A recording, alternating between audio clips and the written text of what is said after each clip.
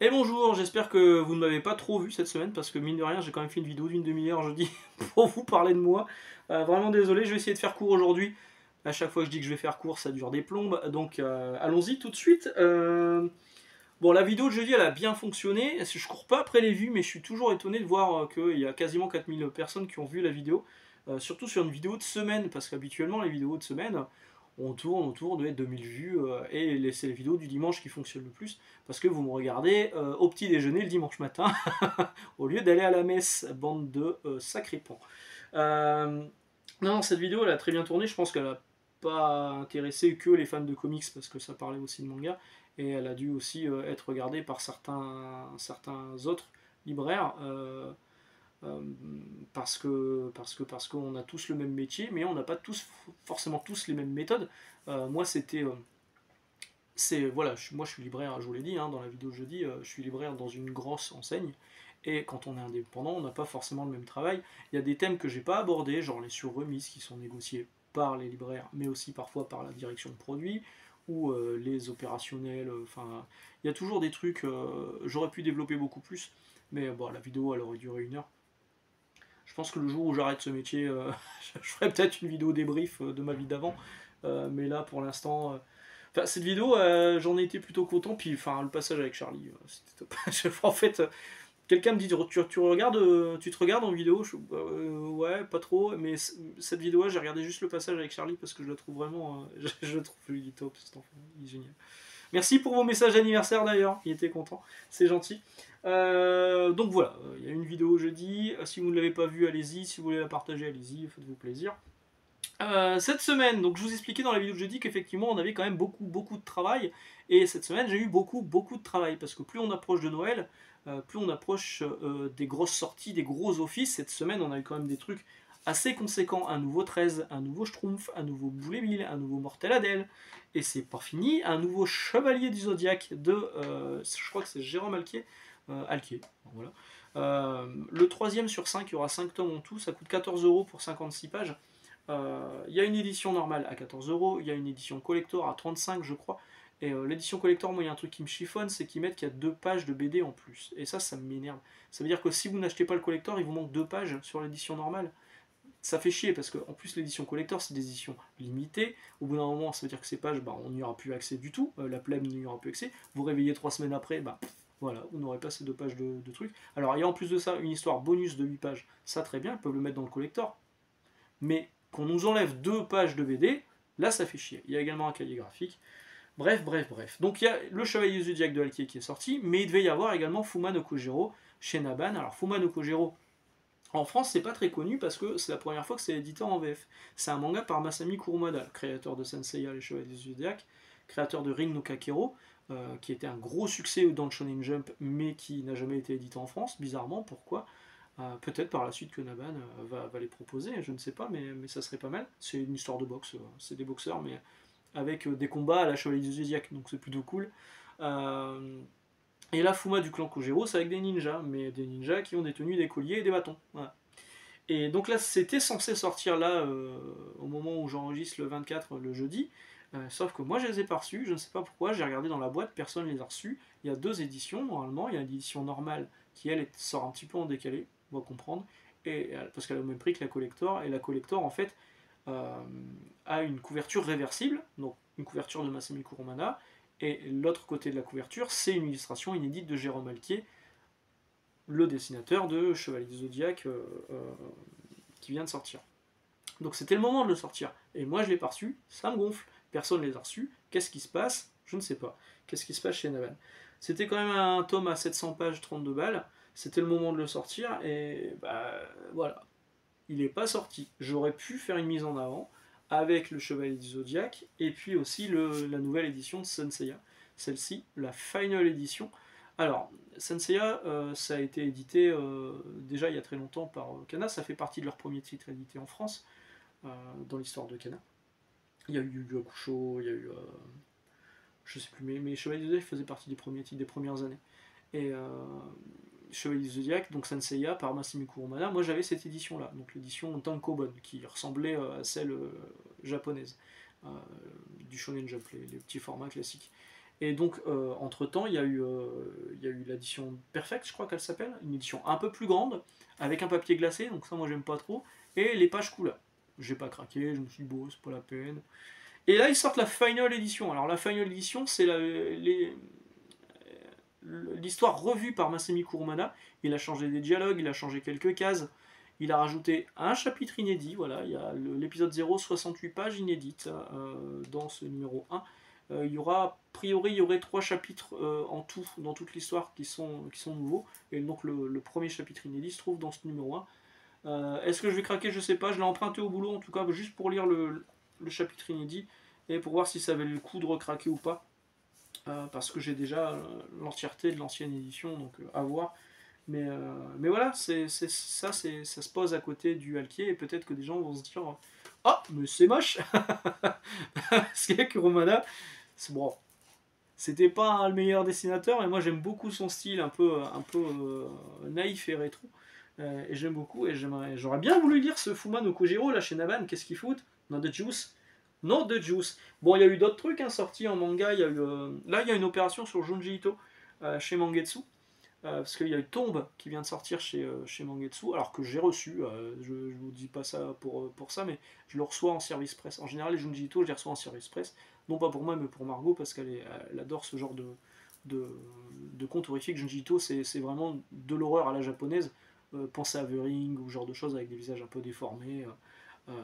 Mangetsu, ils se font un petit peu les spécialistes de l'horreur en France. Junji Ito, ça marchait pas du tout, les droits étaient chez Delcourt.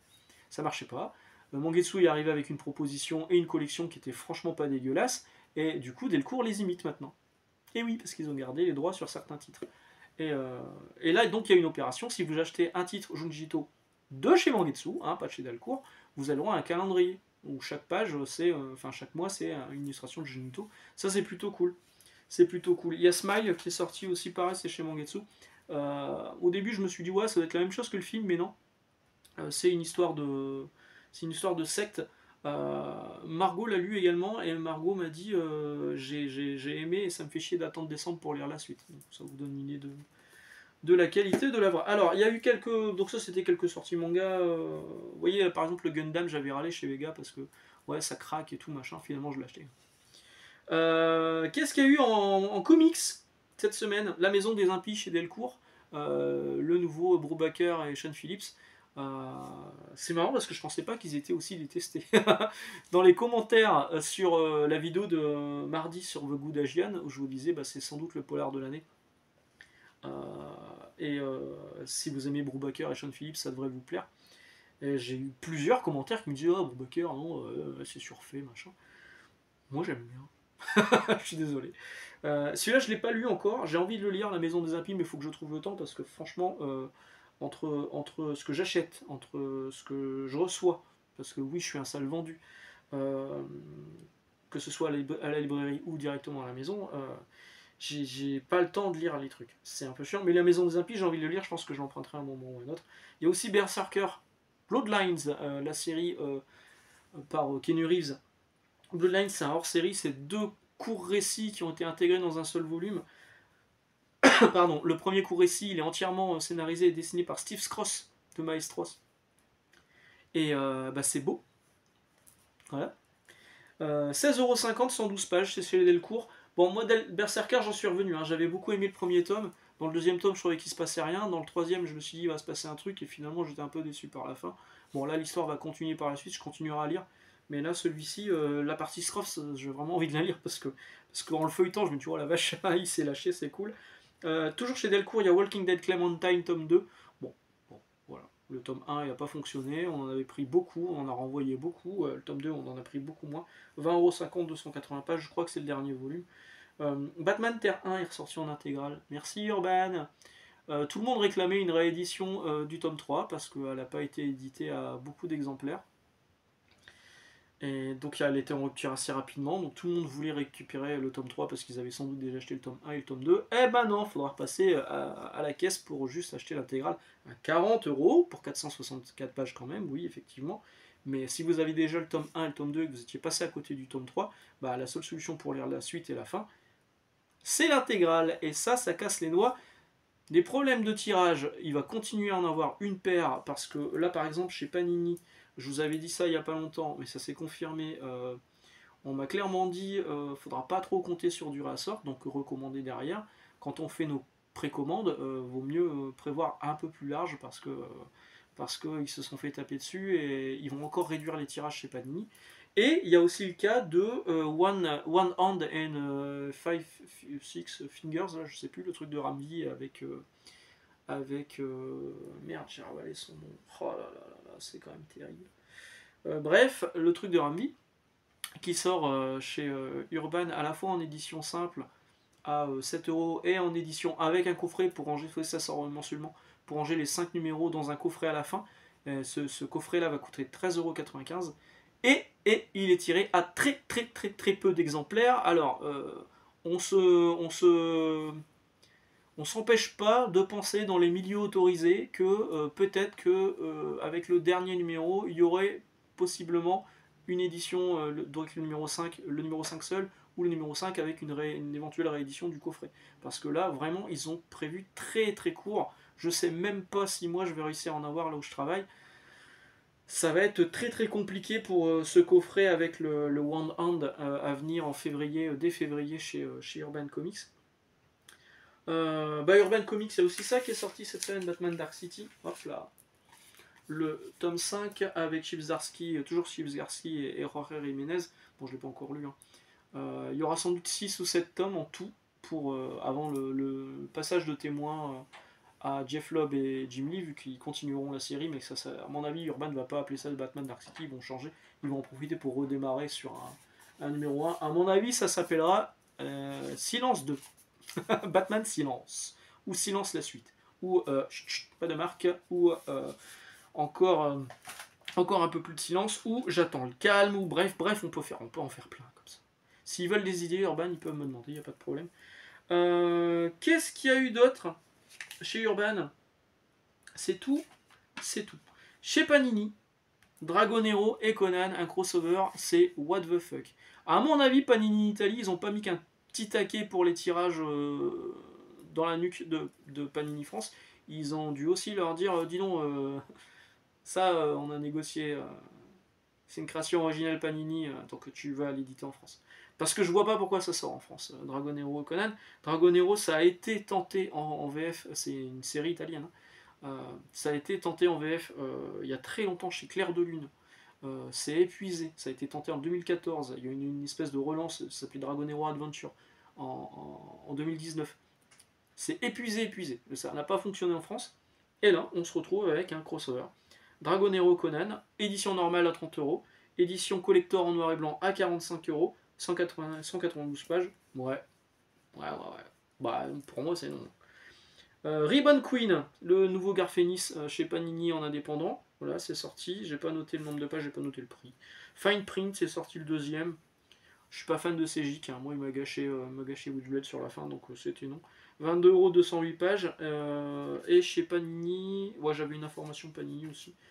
Je vous parlais des tirages qui étaient limités. Sachez qu'Ultimate Universe c'est en rupture. Là en gros, le Blind Pack Ultimate Universe, si vous le trouvez en magasin, c'est les derniers. Il n'y en a plus chez Panini. Il y aura une réimpression qui va arriver par la suite dans quelques mois de ce numéro 1, mais du coup qui ne sera pas en Blind Pack et ce sera que la couverture normale. Donc là, si vous vouliez avoir la chance de choper une édition limitée de ce Ultimate Universe tome 1, si vous le voyez quelque part, faut le prendre. Parce qu'après c'est mort, même si vous voulez lire ce tome 1 avant le tome 2 et le tome 3, blind pack. Ou collector. Hein. Parce que bizarrement le collector il est encore commandable, mais c'est du compte ferme, alors du coup j'hésite à en reprendre au magasin, peut-être que je reprendrai quand même un au cas où. Mais là le blind pack c'est terminé, bonsoir. D'autres sorties cette semaine chez 404 que j'avais noté. 404 a sorti Judas, ce qui m'a fait rire parce qu'il y a un truc qui s'appelait Jésus aussi à côté. Donc Judas qui est sorti, 22 €, 136 pages. Je l'ai pas lu, je sais pas de quoi ça parle, c'est Jeff Loveness, mais a priori il y en a partout en publicité, machin, tout ça. C'est du grand format. C'est à la fois en comics et en BD franco-belge, parce que de toute façon les éditeurs c'est ce qu'ils veulent maintenant. Ils veulent qu'on mélange les genres, bah, très bien. Moi je fais de la double implante, j'ai encore mon rayon comics, je fais de la double implante. Voilà, voilà, c'est à peu près tout ce que j'ai noté pour la VF cette semaine. Je vous disais, donc j'achète des trucs. Il faut que je les lise, machin, tout ça, mais pour moi. Et il y a des trucs qu'on m'envoie parce que je suis un sale vendu, et on m'a vendu. on m'a on m'a envoyé, Black and White m'a envoyé un petit colis surprise avec le numéro 1 de Savage Dragon. Ah, salaud! Je vais tellement avoir envie de lire la suite parce qu'en plus de ça, entre ce numéro 1 et le numéro 2, il y a une grosse augmentation de prix, mais il y a aussi une grosse augmentation de pagination. Bon, après, Black and White, c'est pas Panini, c'est pas Urban, il n'y a pas d'argot derrière, donc ils financent comme ils peuvent. Mais en tout cas, ouais, je suis curieux de le lire, il est passé directement en haut de ma palle. Faut que je finisse un autre truc avant que je vais vous montrer juste après. Et celui-ci, je vais le lire assez rapidement. Et donc, Black and White, ils m'ont envoyé ça, mais ils m'ont aussi envoyé ça. Et ça, c'est beau. Et ça, c'est magnifique, ça. Ça, c'est photonique en noir et blanc. Première des 3 intégrales par Siro Tota. Voilà, c'est les pages, je vous en avais parlé il n'y a pas longtemps, c'est les pages qui ont été retravaillées, qui ont été nettoyées. L'édition, allez, le papier il est top, l'édition elle est vraiment belle. Je sais pas le prix, c'est pas écrit dessus. Mais bah, clairement, c'est une super Madeleine de Proust pour les gens qui, comme moi, ont lu Mustang, Spidey, Strange, l'époque Lug, Semic et compagnie, c'était Lug à l'époque. Hein. Donc ça c'est vraiment cool, et puis c'est parfait pour attendre la suite, mais pas obligatoire non plus. Vous pouvez très bien lire le photonique de Paul Renaud sans avoir lu, il y aura un résumé au début, sans lire le photonique de Siro Tota, mais franchement, franchement c'est cool. Je suis content. Merci Black and White, je suis un sale vendu. Hop, je vous disais, je suis en train de lire un autre truc en ce moment qu'on m'a envoyé, on m'a envoyé ça, Dawn Runner. Bon, tout le monde l'a reçu, hein. Sur Instagram, on en voit passer plein des photos de mecs qui disent merci iComics de me l'avoir envoyé. Je pense qu'il y a un plan com qui est assez énorme dessus. Moi j'étais un peu sceptique sur la couverture, le choix de la couverture, mais la couverture américaine choisie pour l'édition de luxe, c'est la même. Donc bon. Et c'est un format un peu plus grand, ça coûte 25 balles. Il y aura une édition collector en noir et blanc à 50 €, c'est quand même le double. Mais là j'en suis à la moitié, j'en suis à la moitié, c'est beau, vraiment c'est beau. C'est le premier travail comics du dessinateur Evan Kegel, et le scénariste c'est Ramvi. Alors à voir, parce que Ramvi en général, j'avais bien aimé Vis-a-Vis Shores, mais le reste, peine à me convaincre. Moi les Batman Nocturnes j'ai arrêté, parce que c'est de la merde. Et là, ce Dawn Runner, je suis plutôt convaincu. Alors après, je suis fan d'Evangelion, je suis fan de Pacific Rim, clairement ça s'adresse à moi. Il y a d'autres trucs, hein. Il n'y a pas que de ça dedans en inspiration, mais franchement c'est pas mal pour ce que j'en ai lu pour l'instant, et c'est vraiment très beau quoi. Et ça sort le 30 octobre, mais j'en reparlerai sans doute, je pense que je vais en faire une vidéo dédiée pour en reparler à ce moment là, parce que moi c'est une série dont mon pote Gaëtan qui vivait aux États-Unis, maintenant c'est plus le cas, m'avait parlé, il m'avait dit, moi, lui il les achetait en floppy. Il m'avait dit ouais c'est vraiment cool, c'est hyper beau, s'il y a une VF, voilà, il faut que tu le lises. Et bien bah, la VF là elle sort la semaine prochaine et ça tombe bien, je suis en train de le lire et franchement pour l'instant c'est franchement pas mal. Alors c'est pas le truc de l'année, parce que c'est quand même fortement inspiré de trucs que je connais déjà, mais c'est classe et vraiment c'est beau. Voilà. Mais on en reparlera. On en reparlera. Je dois lire ça aussi, Gods. Je vous en avais parlé il y a pas longtemps, je vous ai dit, je sais pas trop si je dois craquer ou pas. Bon, c'est un emprunt, je ne l'ai pas acheté. Je l'emprunte, je le lis, et puis je vous en reparle, ou je vous en reparle pas, j'en sais rien. On verra ce que ça donne. Mais ouais, il paraît que c'est pas mal. Donc on va voir. On va voir. Donc ça c'était tout pour la VF. Est-ce que je voulais vous parler de VO? Oui, parce que je suis passé chez Astro City cette semaine. Est-ce que vous connaissez la collection Must Have chez Panini Comics? Et oui, eh bien sachez que il existe un magazine qui s'appelle Marvel Must Have, notez le S, aux États-Unis, et que j'en ai un là. Alors, qu'est-ce que c'est Marvel Must Haves? Ce sont des comics en entier gratuits. C'est gratos, ça, mon pote. Tu vas en comic shop, il y en a un, c'est gratos. Bon, prends un comics histoire de 1, quand même, pas déconner, c'est pas juste tu te sers. Et c'est des comics en entier dedans pour vous faire découvrir la série dans ce fascicule là, le Marvel Must Haves d'août 2024, qui est gratuit comme c'est indiqué juste là. Vous avez The Spectacular Spider-Man 2, le numéro 2, qui se trouve, c'est précisé, dans Spectacular Spider-Man Arachnobatics, le trait de paperback, je vais y arriver. Voilà. Une excellente série en plus, et donc vous avez le numéro 2, pourquoi pas le numéro 1, j'en sais rien. Vous avez Gods numéro 2, pareil, pourquoi le numéro 2, pas le numéro 1, j'en sais rien. Et vous avez le numéro 1 d'Avengers Twilight, qui sort bientôt en VF. C'est quand même cool. Il y a des chapitres entiers de comics, gratos, là-dedans, Marvel Must-Haves. Putain, quelle idée de génie. C'est ça qu'il faut faire. C'est ça qu'il faut... Je veux dire, dans les mangas, il y a souvent le premier chapitre qui est disponible soit gratuitement en numérique, soit dans des fascicules que vous pouvez prendre directement en rayon. Enfin, nous, on en reçoit souvent plein, on les met à disposition pour le client. Ou parfois, il y a même des mangas où ils sont cellophanés, puis il y a le premier chapitre d'une série qui va sortir par la suite, offert à l'intérieur. Et ça, c'est offert dans les comic shops pour vous intéresser à la série en trade paperback ou en floppy. Mais imaginez, vous avez Spectacular Spider-Man numéro 1, vous avez zappé le numéro 2, vous êtes passé au numéro 3 et vous n'avez pas le numéro 2. Bah, voilà. Il est là-dedans et c'est gratuit. Voilà. Justement, Spectacular Spider-Man, on va en parler parce que je l'ai là. Et ça m'est arrivé en plus de zapper un numéro. En fait, je vois le numéro 8 qui sort. Je me dis, ouais, trop bien. C'est pas une cover, c'est la même cover, presque. Le numéro 8 qui sort, je me dis, ouais, trop bien. En plus, je me dis, tiens, c'est marrant, ça fait longtemps que j'ai pas eu de Spectacular Spider-Man. Bah ouais, j'avais zappé le numéro 7. Quel con. Heureusement, il en restait un chez Astro, parce que s'ils en avaient plus, après, il fallait repasser commande, et ça pouvait être un peu long. Bon, là, il en restait un, j'ai eu du bol. C'est le dernier numéro dessiné par Ramos, c'est toujours Wiseman au scénario. Le numéro suivant, c'est plus Ramos au dessin, c'est Laiso. Je ne sais pas qui est cette personne. Il s'appelle Emilio Laiso, et il y a Andrés Genole. C'est moins beau, c'est pas du Ramos, c'est sûr. Mais bon, l'histoire est plutôt sympa, et la fin du premier arc est dans le numéro 7 que je viens de vous présenter ici. Et ce numéro 8, c'est à la fois les conséquences de ce qui se passe dans le numéro 7. On voit les gens qui ont un peu un traumatisme et qui font un petit peu les alcooliques anonymes, mais sauf que c'est les mecs à qui il leur arrivait des bricoles dans le premier arc qui se retrouvent ensemble. C'est les Starbucks anonymes. Voilà. Ça, dès que ça sort en VF, il faudra l'acheter. Hein. Bon, franchement, c'est bien. C'est une des meilleures séries Spider-Man du moment. Bien meilleure que la série de Zeb Wells. Et donc c'est les conséquences, mais aussi l'entame du nouvel arc qui démarre dès les dernières pages de ce numéro 8, et ça c'est cool. Ultimate Spider-Man 10 est sorti, voilà, il se passe toujours rien. Oh, je peux faire des blagues, regardez. Non, ça marche pas. C'est pas Keketo, c'est Keketo à la couverture, mais c'est David Messina qui est passé récemment au Festival des Livres d'en haut au dessin, voilà. C'est plutôt sympa, moi j'aime bien, hein. Je trouve qu'il fait un travail très correct. Et ça sera un bon remplaçant pour Keketo quand il en aura marre, je pense. Mais Messina, il est plus dans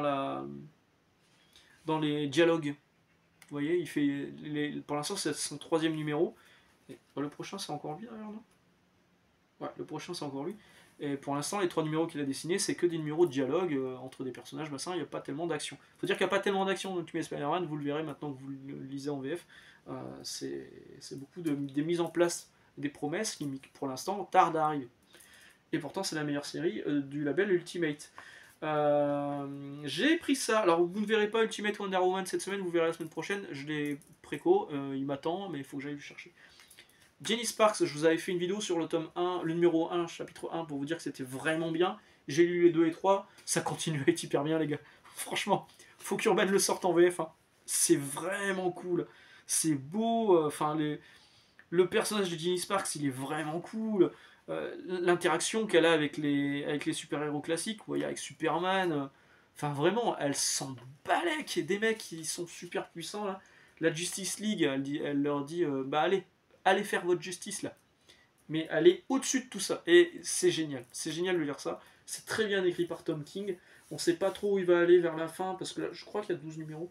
Mais c'est un régal à lire, et vivement la VF, quand ça sortira, j'en reparlerai, je pense. Witchblade numéro 4. Bon, 4e numéro, toujours des grosses difficultés à me convaincre. Hein. Numéro 1, bon, ça a démarré plutôt sympa, mais ça valait pas non plus ce qui avait été fait à l'époque. Et ben là, ça traîne.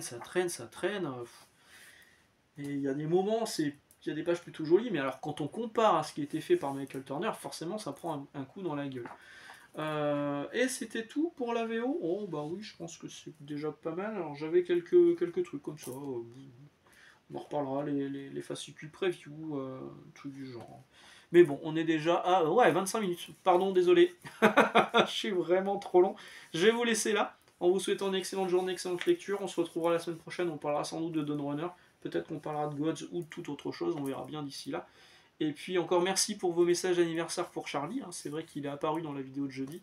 Et, euh, et c'était cool. Et merci pour les nombreux messages d'anniversaire que vous avez fait pour lui. Alors, je n'ai pas tout lu parce que je pense qu'il va pas tout comprendre, que des inconnus sur internet lui souhaitent son anniversaire.